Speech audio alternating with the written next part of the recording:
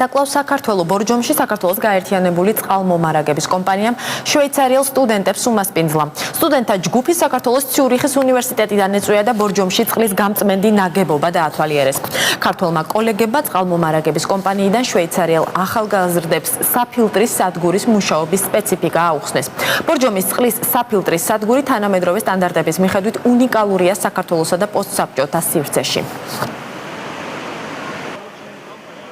გაერთიანებული წყალმომარაგების კომპანიამ უმასპინძლა შვეიცარიელ სტუდენტებს დაათვალიერება უნიკალური საფილტრო სადგური, რომელიც წყალს აწვდის ქალაქ ბორჯომს, მოეწონათ ეს სექციები, გაფილტრის საფეხურიანი სქემა და გამოთქვეს ძალიან დიდი კმაყოფილება დათვალიერებული ობიექტით.